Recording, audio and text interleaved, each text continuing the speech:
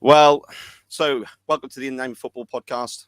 Kind of the podcast. It's not really a podcast as such. Just a little bit of a chat on the old Manchester United news coming out in the last couple of days. We thought we'd come on here and have a little bit of a, but just really, didn't we? A little bit of a chat, see if we can get some people involved.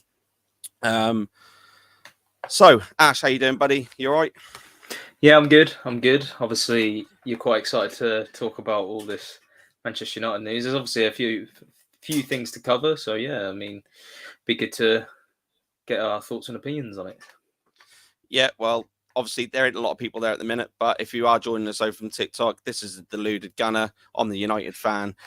So let's get stuck into it. Obviously, news yesterday from Manchester United that Harry Maguire has been stripped of the captaincy. I wasn't too sure that the best thing for Harry Maguire to do is to actually come out and produce his own statement before the club did. I think it's a little bit tongue-in-cheek for Maguire and like a little bit of a cheap shot.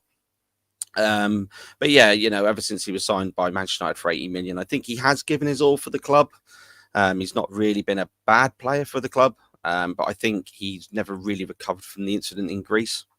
That's my own personal opinion. I think he gets a lot of hatred, but I think he's an easy target. I blame a lot of it on De Gea, but I'm not going to go there today. This is all about what we're talking about down below. But yeah, what do you think of the old Harry Maguire situation? Well, firstly, I'm sure we will probably get your thoughts on De Gea later on when we talk about Andre Onana. But no, Harry Maguire situation. Yeah, I mean, I think it was inevitable, really. You can't really have your club captain. I think he started 16 Premier League games last season. Clearly out of favour. Clearly not going to be anywhere near first choice.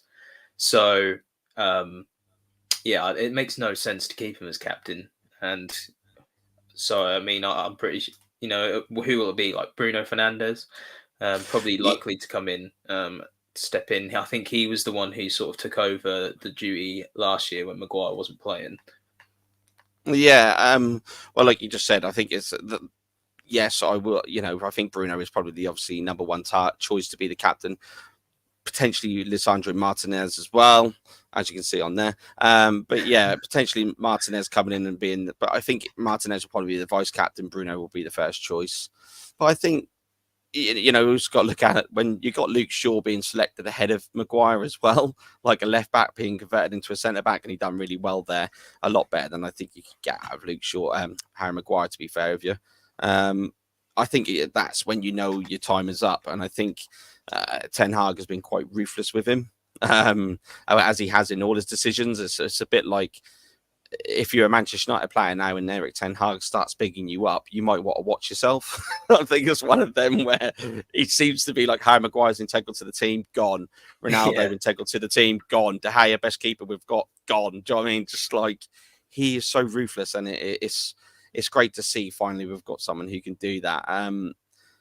I think just being stripped of the captaincy would have been one thing.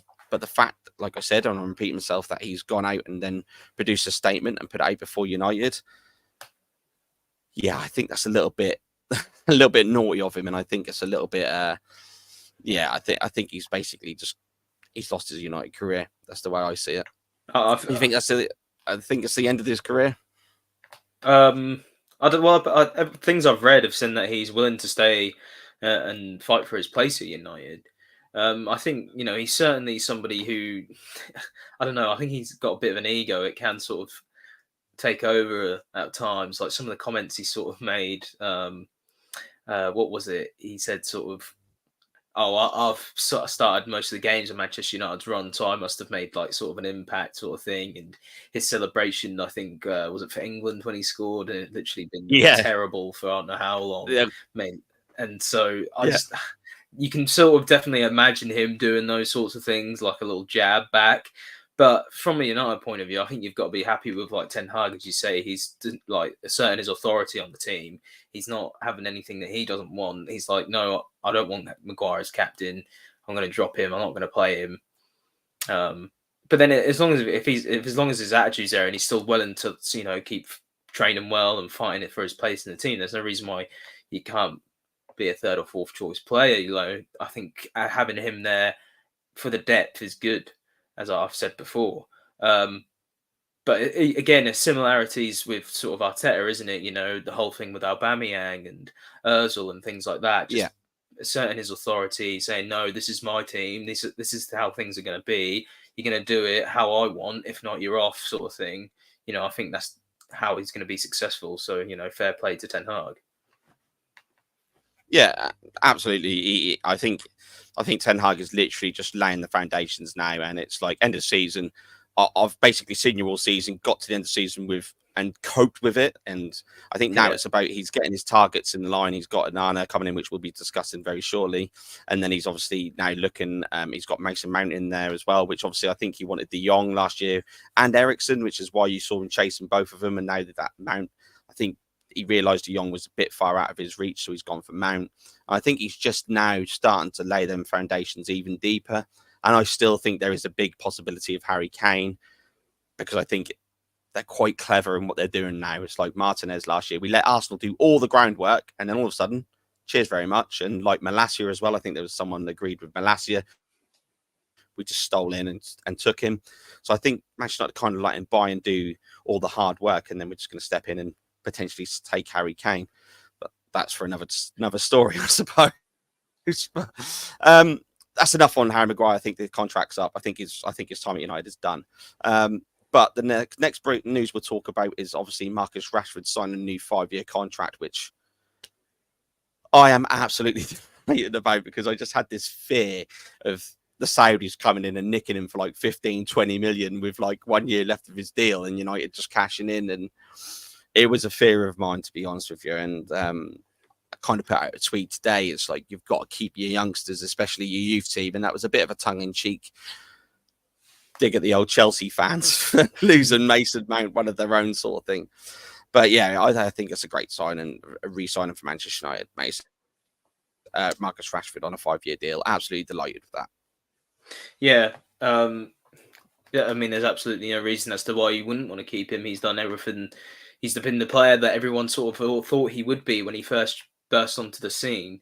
Last season, I think, was his first real proper big one where you can say, okay, this is what Marcus Rashford is. This is what he's about. He's a top quality player. I think he scored 30 goals in all competitions last season. And, he was integral to the team. If it wasn't for him, outside of that, there was not much goal threat. And as you sort of alluded to earlier, that need for a striker. But yeah, with a year left on his deal, with plenty of money being thrown at it from Saudi, and I'm sure there's plenty of other suitors around Europe who wanted to sign him, and they actually did offer Rashford more money than what United did, didn't they? How much did you say was the contract? Well, you didn't. Apparently he signed a new 5-year contract worth 325. We literally just done that at the same time. Bloody hell. He's literally signed a 5-year contract. Apparently, the rumored reported 325 grand a week, turning down more lucrative offers from England and abroad. And when you think of England, like, I can see Arsenal being involved with that potentially, because it's like that whole, like a big name signing sort of thing, but English and all that, and Man City, I can think would probably be involved with that, and probably Chelsea. And you're looking at PSG and the Saudis and that sort of thing, because PSG would link heavily with Rashford as well. You can see, obviously, any sort of money, especially with the crazy amounts that are getting thrown around at the minute, you could quite easily see a player doing that. And, in terms of sort of looking over their own interests, their family, I think in that sense, you can't blame some players for wanting to do that, take care of your own sort of thing. But, I think realistically, I couldn't ever see Rashford not staying there. Ten Hag clearly has faith in him. He's Manchester United through and through, really. Like, there was no way after the year he's just had that he was leaving for me. I think Manchester United, as long as they didn't make a mockery out of him and offer a silly offer, then there was no chance of him not staying. 325 grand a week, certainly nothing to grumble at. And he's probably earned that. His performances, obviously, as I said earlier, have been so important to United. He's been good for England as well. So yeah, huge, really. And then, as you said, I think is a good point, as you say, by retaining sort of youth players and that, because you need that sort of identity with the club, what they know, what it means to play for the club. Especially at Manchester United, which has a history of that itself, and it's sort of foundations for success have been built on that. And you look at Arsenal as well. That core of English players coming through the academy. Your likes of Saka and Smith Rowe. That's again, it's all about building that culture, isn't it? And I think that's exactly again what Ten Hag is trying to do. And it's everything right. It's good management, perhaps management you haven't seen from the club in general over the last few years. Of actually, right, we're going to go out and get our targets. We're going to be patient. We're not going to offer silly money. We're going to broker good deals for it.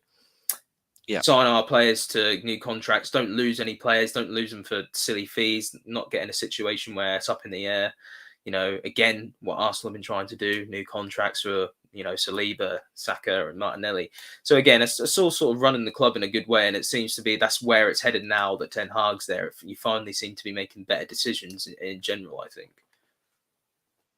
Yeah, absolutely. I think there's silly little things, not silly little things, but I think it's about seeing players leave. I mean, like if you look at the retained list, Tuanzebe finally being released, Phil Jones finally being released, listening to offers for someone like Zidane Iqbal, who, and although people think that we should have got more money for Zidane Iqbal, like I think it was just shy of £1 million, but there was a huge 40% sell-on fee. Now, someone like that, like if you look at a McTominay, maybe, yes, and I know McTominay's highly rated and he's been highly rated by Fergie in the past, Mourinho and the likes of, but maybe it's just like they weren't quite that good enough for the team, and we just, how can I say, it was just that level below where we used to be with your production line, like your Beckhams and all that, and your Giggs and your Butts and all that. And it's just that one step, and we're accepting mediocrity where you get someone like Rashford, who's obviously just like a mega star.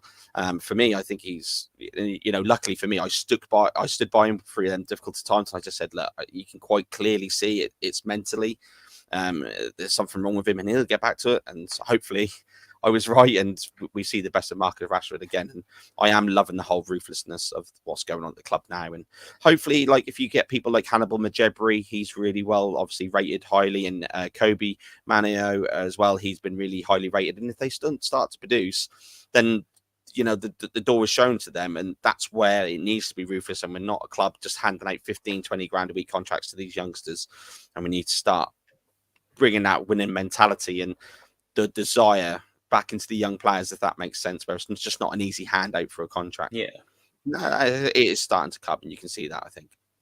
Yeah, definitely. And that's it, you're just sort of building what Ten Hag wants to build. And you could already see that he wanted to do that last season. And then, so early on in that, it didn't always quite go well. But yeah, again, there's so many comparisons with what's happened at Arsenal with Arteta and now Ten Hag. It's so similar. Yeah, and no coincidence that they've both worked with Pep Guardiola, who I still don't rate as manager, but that's again another conversation. But yeah, so that's the Rashford news. Excellent, obviously 5-year contract, brilliant stuff. I can't be more delighted than that than anything else which has happened during the transfer window. But now it's time for the big news of the summer so far for me, and probably the last 12 years. That Manchester United will finally have a new number one after it looked like yesterday we've agreed a fee with Inter Milan of £43 million, extended to £48 million with £5 million added on in bonuses. Looks like a 5-year deal again with an extra year from the offer from the club. And I think we've discussed Onana a lot on the podcast, and on the shorts and on the TikToks I've just seen going around. But I think it literally changes the whole dynamics of the way Manchester United play. And I said that on the podcast and many times in just general conversations with yourself, in group chats I'm in. I actually felt a goalkeeper this year was just as, if not more important than a striker, because we've got a lot of players who can play forward, in the forward positions. And, there's Ramesh Højlund is linked as well, as you rightly said to me earlier off the screen. But yeah, Andre Onana changes the way we play, and it's going to be phenomenal. I think it will. It's probably the most signing I am so excited about. And yeah, so cue that mistake on the opening day against Wolves, and I get absolutely castrated. But it is what it is. I'll say what. Yeah, he's exactly what you needed. You could saw how Ten Hag wanted to play in those first few games for United, where it didn't work out well, trying to play out the back with De Gea and players just who weren't really up to that standard to do so. now that you're going to have somebody of the ability of Onana, who's so good with the ball at his feet, so commanding, can organise his box well, um, and sort of control the game. Again, looking at the City versus Inter Champions League final, he was sort of orchestrating it at the back, and I think you said as well that he was sort of like the quarterback there at some points, and it kind of was like that because a lot of the moves were building like that, and that's where it does start crucially. Again with like to Pep Guardiola getting rid of Joe Hart and wanting that ball player because that was Yeah, the first thing he did. That's probably the first thing that Ten Hag really identified. And obviously, just because De Gea was already there and the whole situation with his contract, he had to play last season. But clear that was the first thing that he wanted to get done this summer. So actually, let's get a goalkeeper who can play at the feet, and that's how you build. Because if you're a possession-based team in which Ten Hag wants to be, and where you can try and dominate the play, you need a goalkeeper to do that. And Onana is absolutely brilliant at that. And it's not just that either. He's a quality shot stopper as well. He's made some excellent saves in his run to the Champions League final.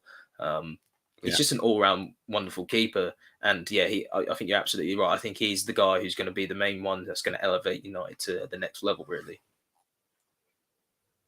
Yeah, you saw towards the end of last season where Ten Hag kind of like, in my opinion, give up on De Gea, and it was just like long ball, just Well, went yeah, long he ball, did. long ball. I think we lost the cup final to that. I think it was just we give up positions so easily. You saw it in the Brighton game and many games I went to towards the end of the season where it was like, right, I have no confidence in you anymore.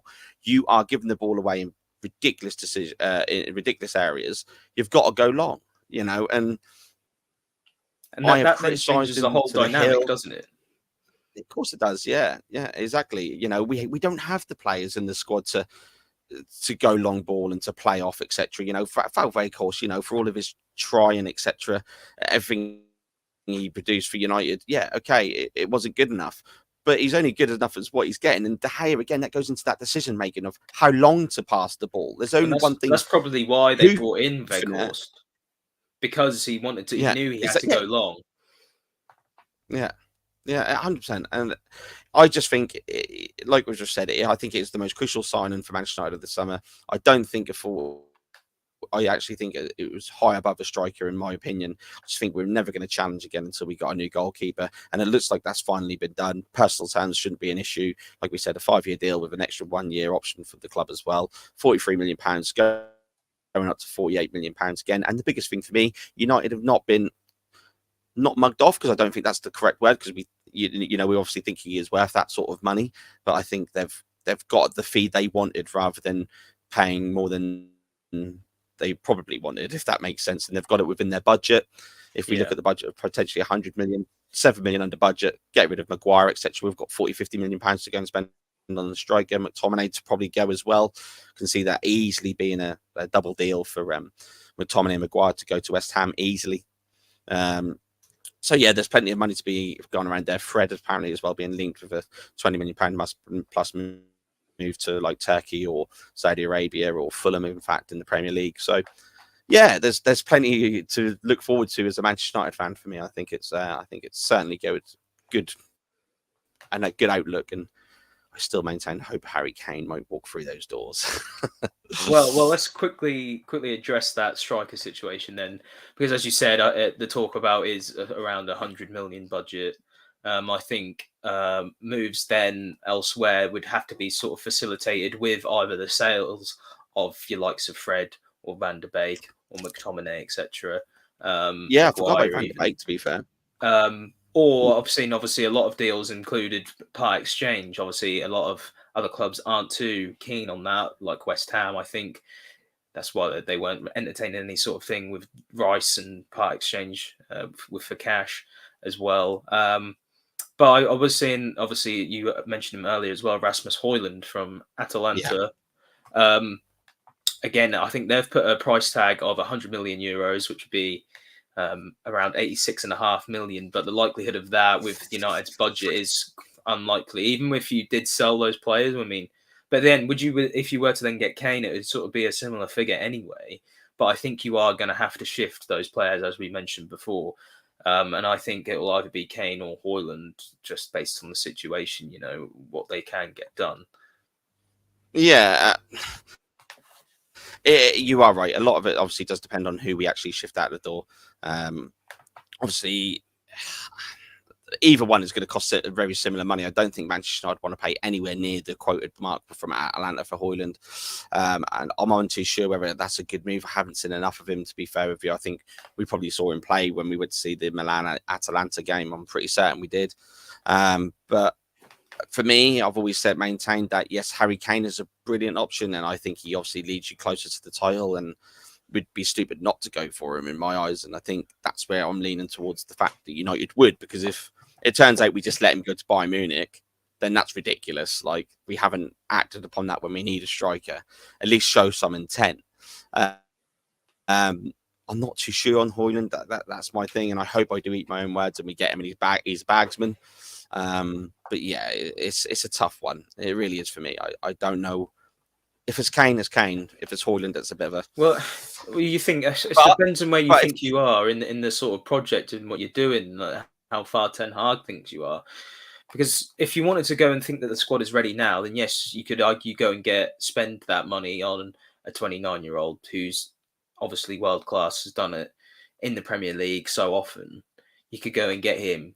But if you think that maybe you want a bit more longevity and look for the longer term, and you don't think perhaps the team is ready, then do you really want to be spending that sort of money on a player who may only have 3 or 4 years left at the top of his level? Or do you want to go and get a Højlund who could be there for the next 10 years? He's a player who has a lot of potential. A lot of the things that I've seen, he's sort of well-rounded, his balance, there's a lot of sort of talk about his characteristic and sort of work rate as a player and his who he is as a person. I've seen reports sort of saying how he's very much up for the challenge, and he'd thrive at Manchester United with the pressure and things like that.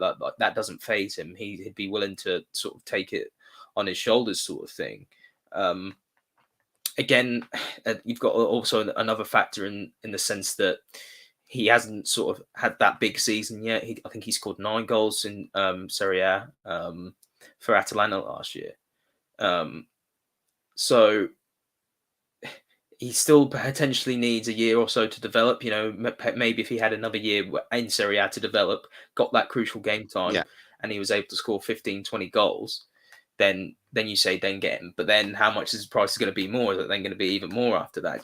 So it's a tough one, because if he does sign for United and he doesn't score straight away, could there be potential for him to come out of the team? He doesn't necessarily get as much game time to develop, at such a young age and get that experience at the top level. It is a difficult one, and one that I'm sure probably Ten Hag is weighing up. Yeah, I think with Højlund, I think you're definitely right that we have to take that chance. And if in an ideal situation, you're signing them both. You're taking Kane for 80 million, you're taking Højlund for 50 million, and you're taking them both. You're probably sending Højlund back to Atalanta, or keeping him in the reserve and just bringing him in when you need to, play him in the League Cup, etc. And like that. But I would be inclined to sign them both and send Højlund back to Atalanta on loan for the remainder of for a year. But I think with United as well, when you look at the things what we have actually got going on in the club, I think Rashford signed a new deal. You've now got the option of Rashford up front with Martial, and if Højlund does come in, Rashford can be your main man with a Højlund coming in as well. Because obviously the emergence of Diallo at Sunderland last year, he started the first pre-season game of the season. It was actually really good against Leeds United. Obviously, we've also got Sancho is coming back into form. I thought he was fairly decent towards the end of last season. And also, you've got Garnacho is now back as well. So we've got the options from the right in Diallo and Anthony, which are kind of very similar players. And hopefully Diallo has earned his ply, and he's got that trade now under his belt where he's hungry and desperate to come and improve his worth to the club. And then you've got the other side with Garnacho and Sancho, so you haven't got that need to play Rashford on the left. So then you've got Rashford up top with potentially Højlund backing him up. So is there any need for Harry Kane, as you see Rashford scoring 30 goals last season, and he's developing in that roles and his finishing's a lot better, etc. So there could be a situation where that is what they're intending to do, and you're completely right in what you say. Rashford for the pace, etc. And then obviously you've got Højlund coming in and learning his trade at the club. It could be like that. Absolutely.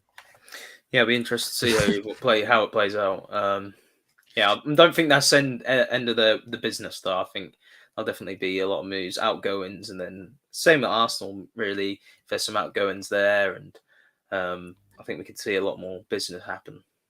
Yeah, I think it's all outgoings now. I think Manchester United will get rid of a couple off the books, balance the books, because I think Onana and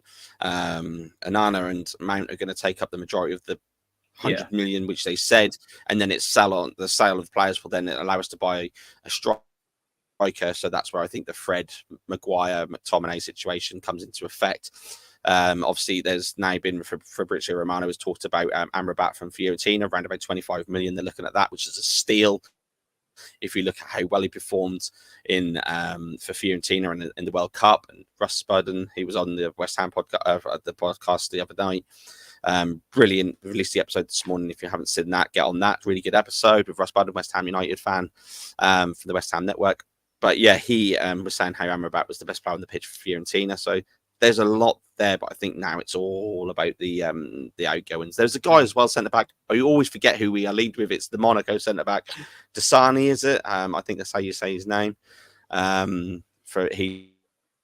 been linked with Manchester United and Newcastle as well. So if Maguire goes, you've got Dasani, Amrabat, and potentially Hoyland coming in. So it's another 3 players potentially through the door. I mean, or even Harry Kane. What is going on? Or even Harry Kane, as we've just said. But look, I think we just want to come on, give it a quick little go, didn't we? Half an hour little video, we said. We've done that tonight. If you've come back into the channel today and you're not familiar who we are, we're in Name Football Podcast. We try to bring a podcast to you every Sunday night and bring it in Monday morning for you.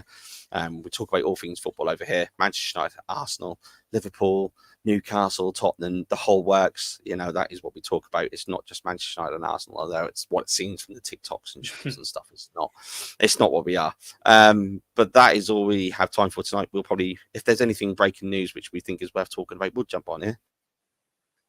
We'll give it a chat. And if you like it, come back and have a look. If you don't, it's not for you. Not a problem. Catch that, buddy. Nice one. Until next time. Cheers. See you later, man.